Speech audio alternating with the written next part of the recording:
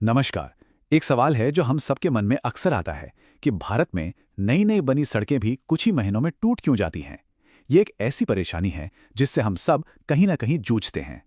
ये कहानी तो हम सब ने देखी है ना? एक चमचमाती हुई नई सड़क बनती है और पहली बारिश के बाद ही उस पर गड्ढे नजर आने लगते हैं। आखिर ऐसा होता क्यों है? और इससे भी जरूरी सवाल ये है कि इसे रोकने के लिए किया क्या जा रहा है।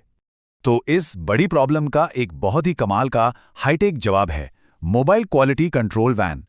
जरा सोचिए, एक ऐसी लैब जो पहियों पर है और सीधे कंस्ट्रक्शन साइट पर ही क्वालिटी चेक करने पहुंच जाती है। जी हाँ, ये है MQCV यानी मोबाइल क्वालिटी कंट्रोल वैन।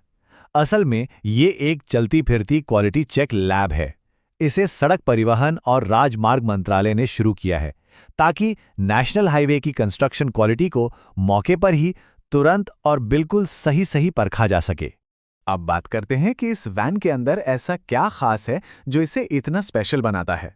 देखिए, ये कोई मामूली गाड़ी नहीं है, बल्कि ये तो भविष्य के इंस्ट्रूमेंट्स से लैस एक मोबाइल लैब है।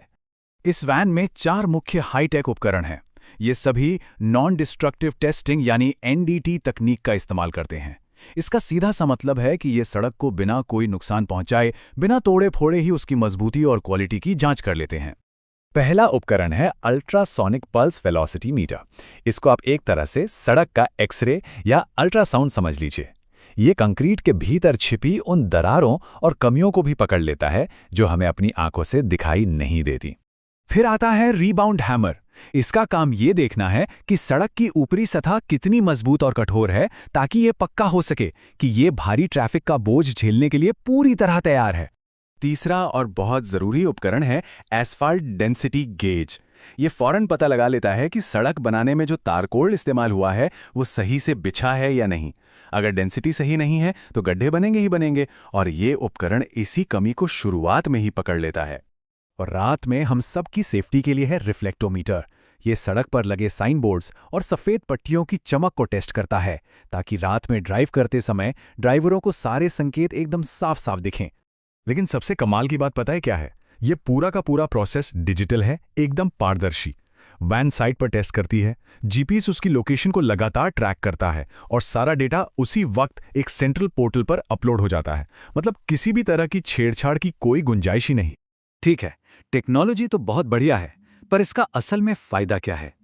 चलिए अब ये समझते हैं कि ये पहल देश के लिए इतनी जरूरी क्यों है।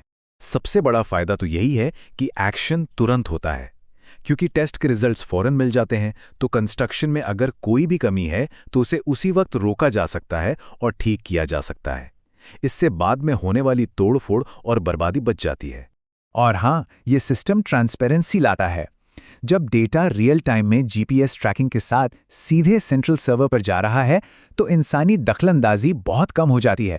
इससे ठेकेदारों की जवाबदेही तय होती है और करप्शन पर भी लगाम लगती है।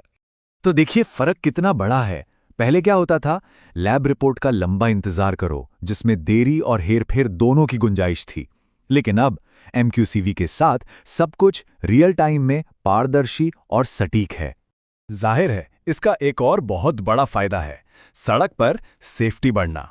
जब सड़क की सतह की क्वालिटी अच्छी होगी और रात में संकेत भी साफ दिखेंगे तो हादसों में सीधे तौर पर कमी आएगी।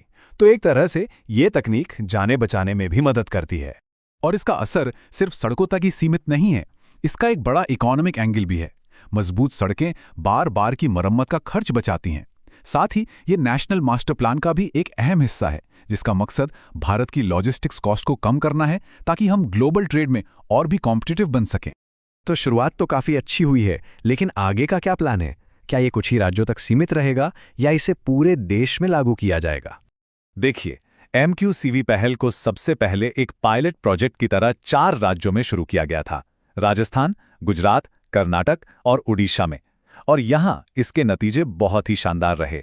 और इस कामयाबी के बाद अब सरकार का प्लान इसे और बड़े पैमाने पर लागू करने का है।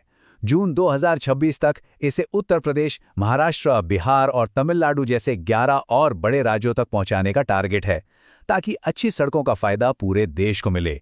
तो सवाल आखिर में यही उठता है कि क्या यह हाईटेक समाधान वाकई भारत की सड़कों की तस्वीर बदल सकता है?